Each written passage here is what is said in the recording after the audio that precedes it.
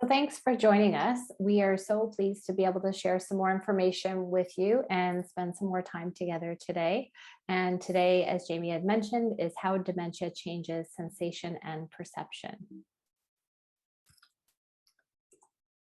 So our goals for the day are going to be to understand the visual changes that happen, go through some taste changes, importance of touch, language comprehension changes, some techniques to improve communication, impacts of the ability to smell, and some appetite and taste changes. Now we are going to go into our five senses and how dementia changes them. So if you remember, for anyone who was on the call last week, dementia is an umbrella term. And for those of you that weren't on the call, we did briefly discuss how there's actually over 100 types of dementia. So the way in which a person living with dementia inputs data in relation to our senses is always affected, even in the early stages of dementia.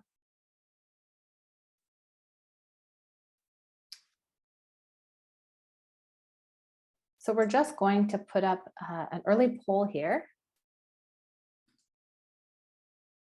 Actually, I'm going to put up two. So the first poll,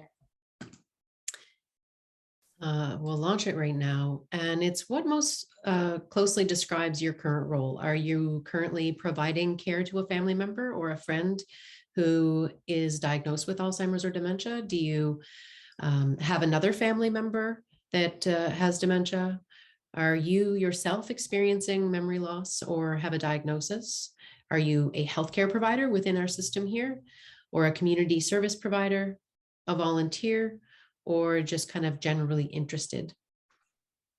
We have almost everyone answering. I'm going to leave just another minute or two, and then I'll launch the results. So it helps us to know kind of who's joining us today in terms of how we're sharing the information and what might be key to share. And another 5 seconds. We have most people in anyway, so perfect. And I'll share the results. So today we have 27% have are a primary caregiver, 27% are another family member, 32% are healthcare providers. We have community service providers and volunteers with us as well, two of those. So that's very helpful. And then the second poll I wanted to share is, what do you think is our most important sense? Which one do we rely on the most? Is it hearing, smell, sight, feel, or touch, or taste?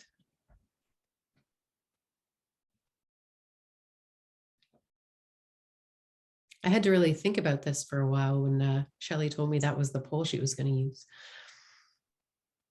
And obviously we get a lot of different input and they're all important, but there is one that's kind of central and most important to us.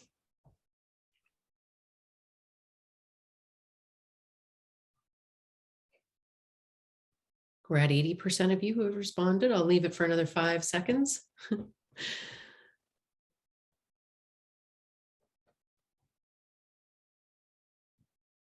All right, I'm going to end the poll now. And I'll share the results.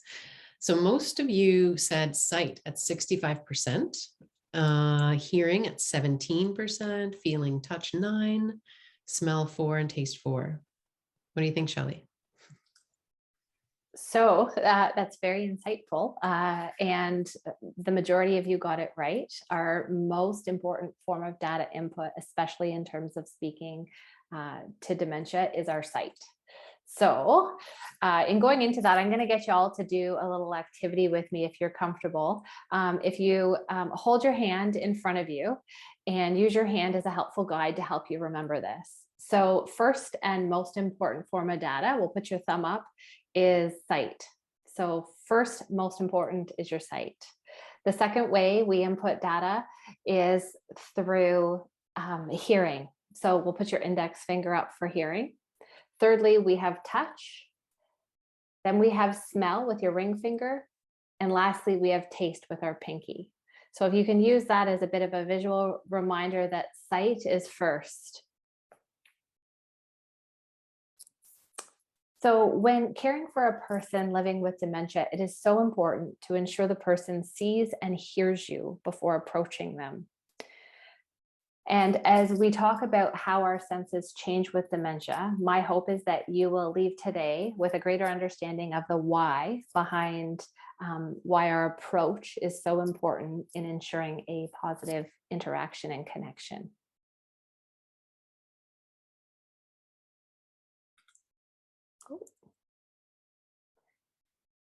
So this slide here provides a good visual for you of how the visual changes in the brain are impacted to our occipital lobes. So if you put your hands on the back of your head, this is where your occipital lobes are located.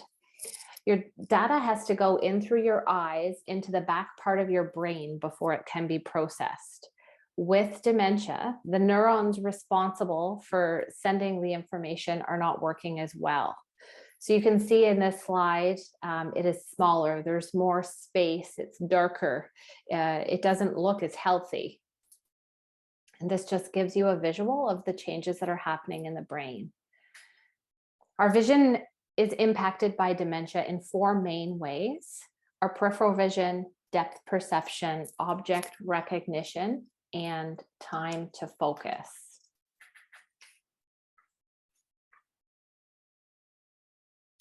So what is impacted?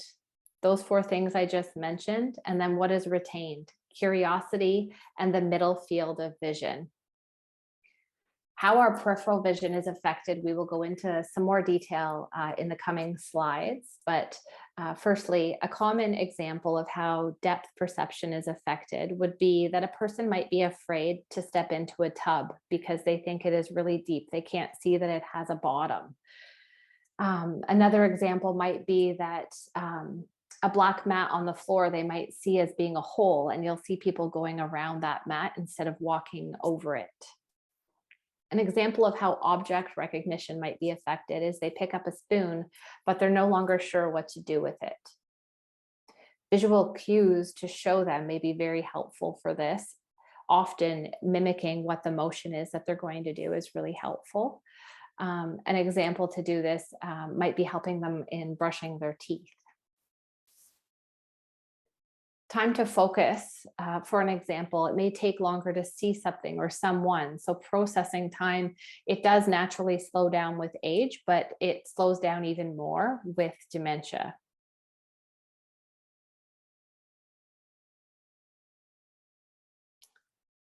So back to our peripheral vision. So this slide introduces you to some terminology that is used in the GEM state model, which was developed by Teepa Snow, who is an occupational therapist and specializes in dementia care.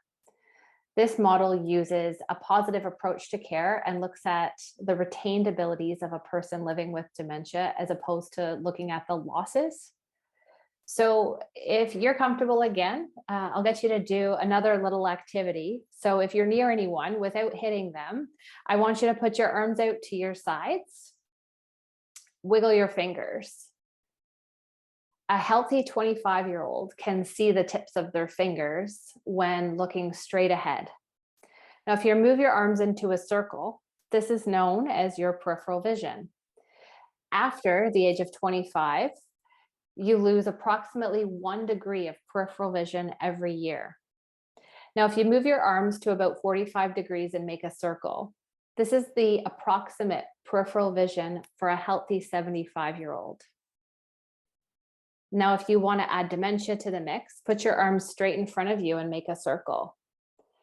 This is similar to the peripheral vision of a person with dementia.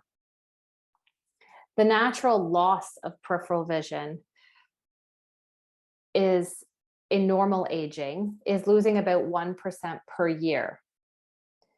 So in going through these words, sapphires, diamonds, emeralds, amber, rubies, and pearls, instead of looking at dementia in early, middle, and late stages, these words kind of describe the stages, but looking at the abilities. So a diamond would be someone in the early stage of dementia. They experience what we call tunnel vision or scuba vision. You can simulate this by taking your hands to form a scuba mask around your eyes. In the emerald stage, which is someone in early to mid stage, it shrinks even more to what we call binocular vision. So if you want, you can take your hands to form binoculars. And I invite you to think about the impacts of this vision loss. Just look around for a moment and feel what that would feel like. An example that often comes to mind is a person living with dementia who might not be eating much. When you think of it in vision loss, and you hold your hands like this, you could see why someone might not be eating. They might not even see that there's food in front of them.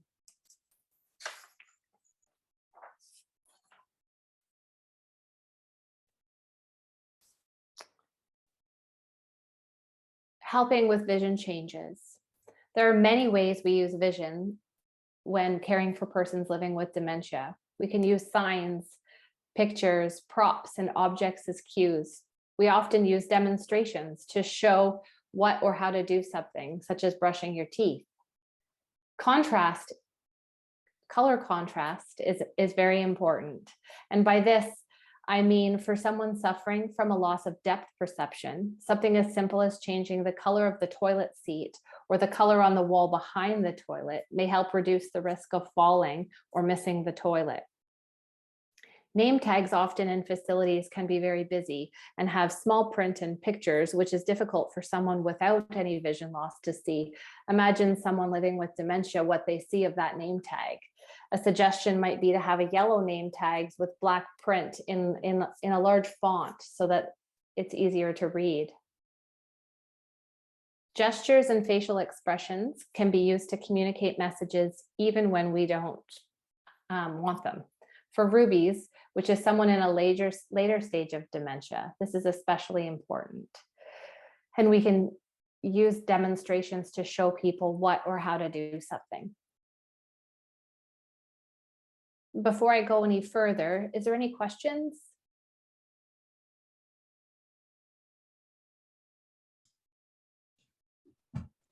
Okay. Please feel free when we take these little breaks for questions. If you want to unmute yourself and ask it directly, you can do that, or you can type it into the chat pod.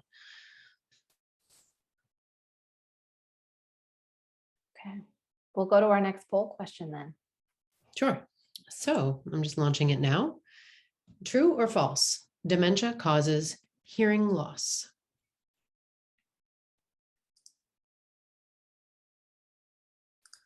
And while people are answering, I really appreciated that last slide you shared. There's family members are often looking for really practical tips on, how they can help the person with dementia to maintain independence longer. And sometimes, these kind of cueing items can be wonderful. Like one that I know was really helpful is to put a picture, like on your kitchen cabinets, like you don't know what's behind those cabinet doors always, and that can get really confusing for a person with dementia. One thing that can be done is to put a picture on the outside of the cabinet door of what's on the inside. So if there's plates, then you would have a picture of a plate, or if it's cups, have a picture of a cup, and that kind of thing helps people. And using different signs around the house that are really clear and big can be wonderful to act as cues and reminders. Absolutely. Great. So almost every, yeah, go ahead. I was going to say even signs that have arrows with a picture of the washroom to remind people of where the washroom is can be very helpful. Mm-hmm. So I'm just going to end this poll. So dementia causes hearing loss. Well, this seems to be a very contentious issue. So false, and sorry, it's falso there, but false, it says 57%, true, 43%. So what do you think, Shelley? All right. So as we know, hearing is processed in our temporal lobes of the brain. When we look at the biology of the brain, we can see that the ability to hear is not actually impacted by dementia.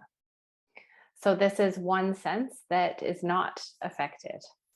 Hearing loss can occur for many reasons, but dementia does not happen to be one of them. And we were quite split on that question. The part of the temporal lobe that's used to understand language, however, is largely impacted. As dementia progresses, persons living with dementia find consonant sounds difficult and begin to hear only vowel sounds in the later stages. So if you try speaking without moving your tongue, that is often what they're hearing.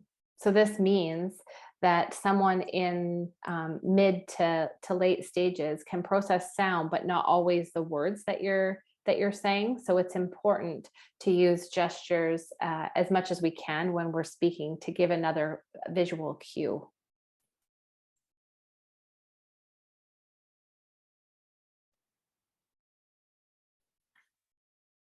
The temporal lobes are located on both the right and left sides of your brain, but both of those lobes serve very different functions and are impacted differently by dementia. So here's a little rhyme to help you remember what is lost versus what is retained. So if you can remember language on the left and rhythm on the right, we lose on the left and we retain on the right. A person living with dementia may be able to dance better than they can walk or sing, or better than they can talk. Other abilities retained on the right include chit-chat and sometimes foul language. Because language comprehension is lost, it is important to keep verbal cues simple and direct. Visual cues must be used with the verbal cues to help maximize the communication.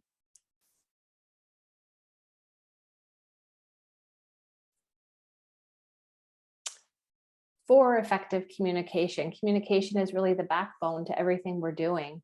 We need to remember to keep it simple. Match verbal cues to visual cues, not to argue or correct. We can acknowledge that someone is saying something without agreeing with them. Because so much of our language comprehension is lost, it is important to keep our verbal cues simple and direct. Visual cues must be used to accompany the verbal cues. It is important that you don't argue or correct someone. It's important to remember that in their minds, things are as they say they are. And the best practice is not to agree. You can paraphrase what they said. You don't have to agree with them, but paraphrasing often gives that validation. Some communication tips are to be aware of your tone and body language. Be real and remember that it's not about you. It is about meeting the needs of the person living with dementia, and those needs will change. And as those needs change and there's more losses, the brain continually is changing and there's more and more losses, and we need to remember that.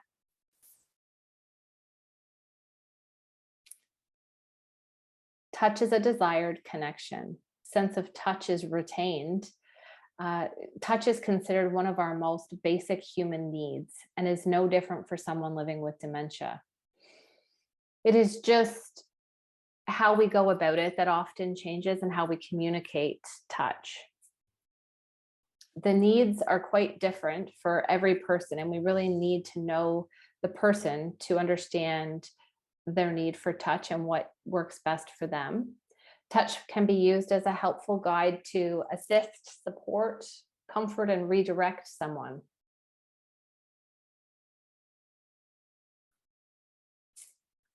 In using a positive approach to care, using the hand under hand technique that is taught in the positive approach to care with Teepa Snow, it helps provide the person living with dementia a comforting experience without being intrusive, and gives the person living with dementia a choice.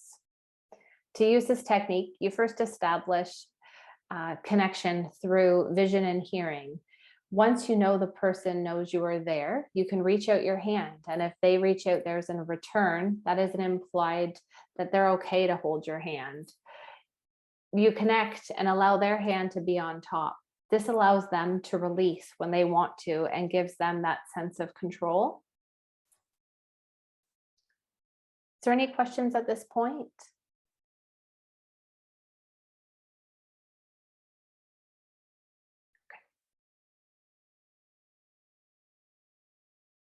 Moving on to smell. The sense of smell can be impacted early in dementia, and poor scent identification happens.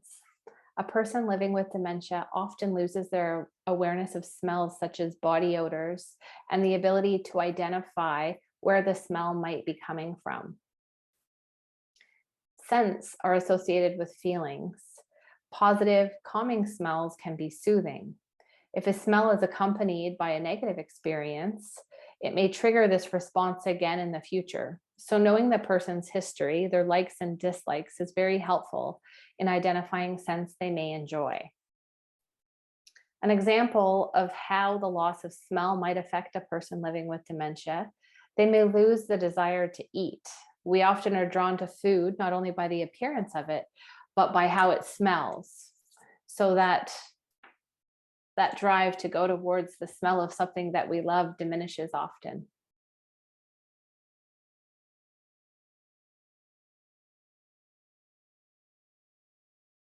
Taste changes. So persons living with dementia are less able to pick up on sweet and salty, still able to sense the bitter and sour, and want to eat things that look good. So as dementia progresses, taste changes. This is why you may find them reaching for the salt shaker during mealtime or wanting extra sugar on their coffee. Appetite may also change. Some may lose their ability to detect hunger and fullness, or they might want to eat too much or too little. Some people will forget how to eat, how to use the utensils, and in the later stages, how to swallow. An example might be a person who just ate lunch, saying that they're hungry and they're looking forward to lunch. Or another person who snacks all day long may have lost the ability to know when they're full.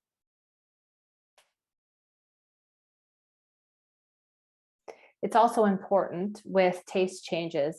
If you are working with someone who is experiencing this or who's constantly going back to snack or eat, to not make them feel badly for that. They don't remember that they had a muffin 20 minutes ago.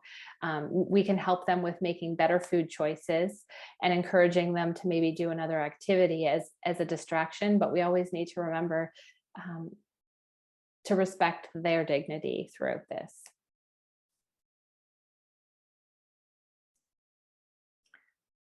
We provide a virtual dementia tour in our dementia care training for healthcare providers, and some may know this as our DCT course. This tour is a learning experience that has participants completing assigned tasks while simulating physical, cognitive, and sensory changes, some of which we talked about today. This allows them to have an increased understanding of needs and changes experienced by a person living with dementia. It also helps people gain insight into their own behavioral responses and coping skills and problem solving.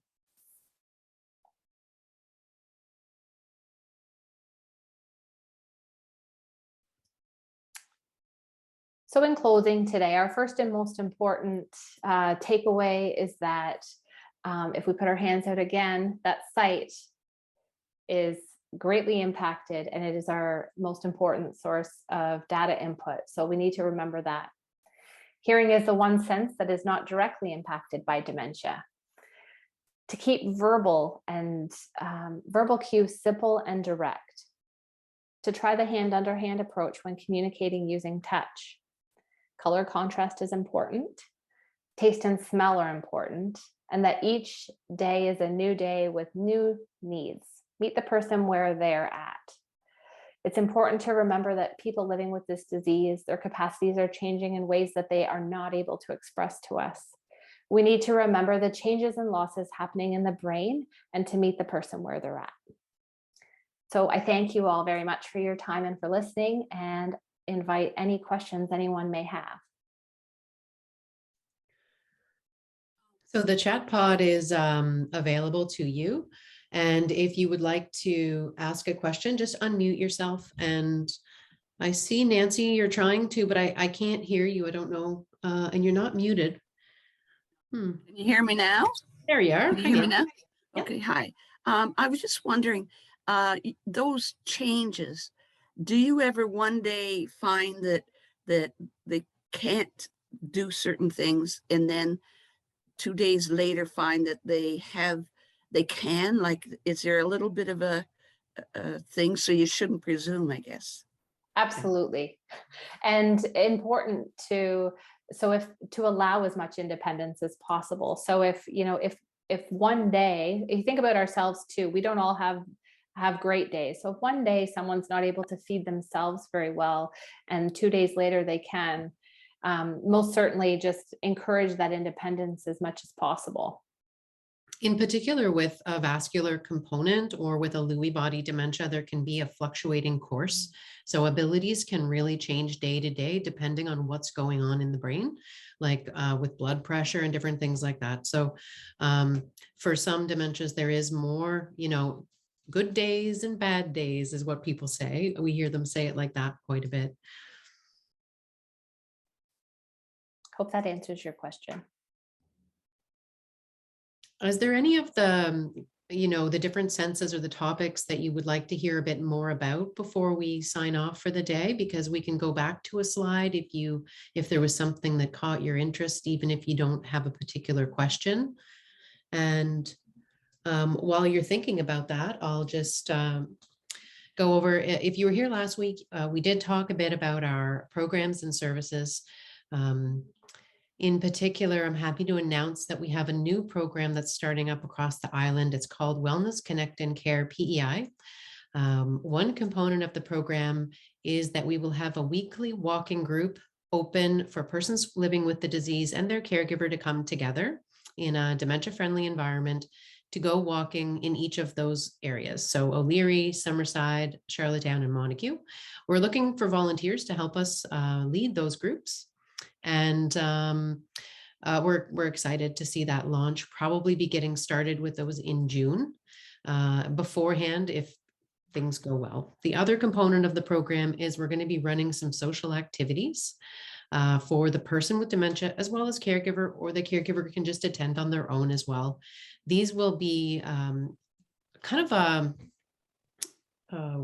hybrid model is what I'm looking for here, in the sense that you'll be able to come in person in one of O'Leary, Summerside, Charlottetown, or Montague, or you can participate from home on Zoom.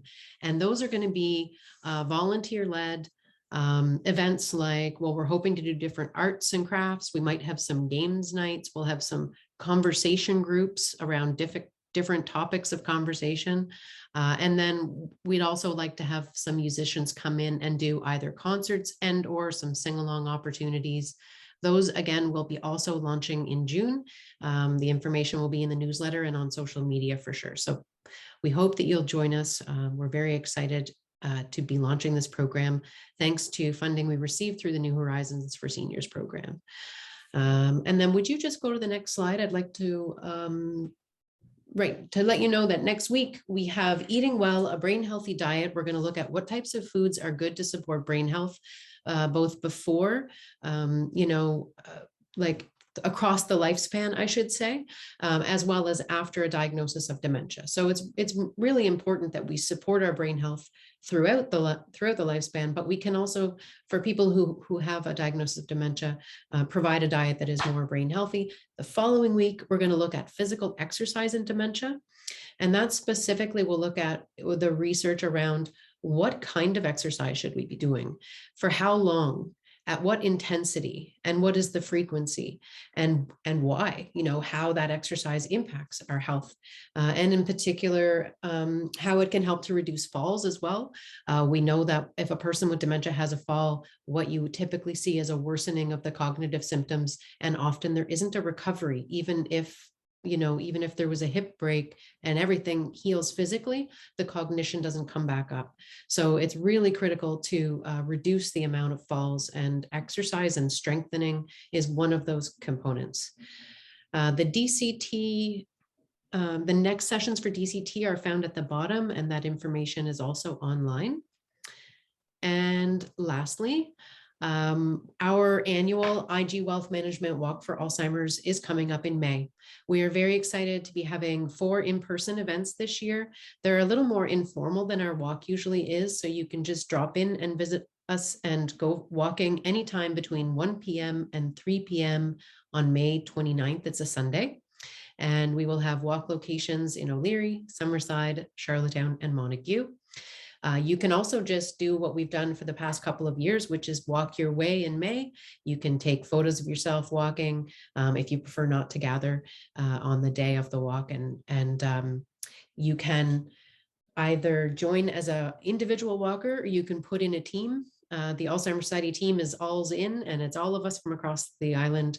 We'll be raising money for the expansion of programs and services here. We really rely a lot on donor dollars as we put forward these programs and services. So thank you again for joining us today. We'll stick around here for 5 or 10 minutes if you do have any questions or want to chat with us. And again, I will absolutely make this recording available, and I'll send you a copy of the slides, and hope to see you next week. And thank you again. And thanks so much, Shelley.